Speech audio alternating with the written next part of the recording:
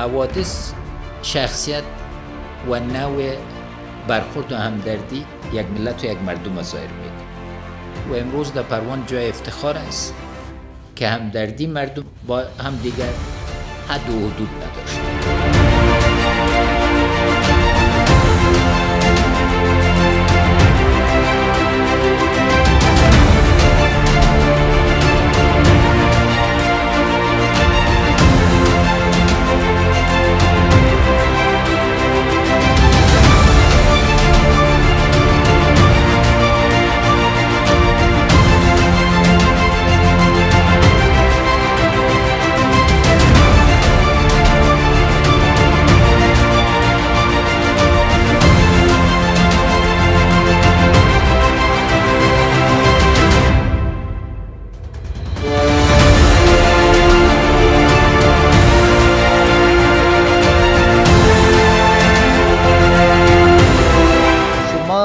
تمثال و مثال اراده ملی ماستیم که مردم ما از امتحان در کنکور محروم نمانند.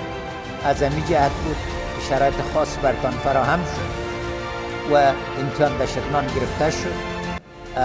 امید است که در نتایج این امتحان خوب بدرخشید.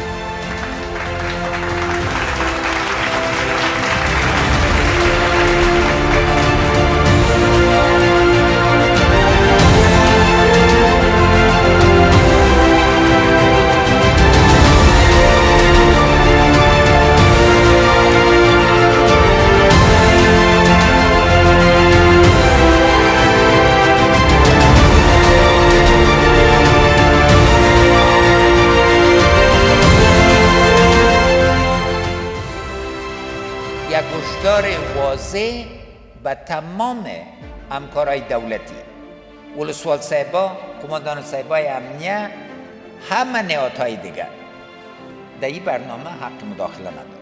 حق مردم است، حق شهروندای افغانستان است. از این کسو استفاده کردن نمیکنن.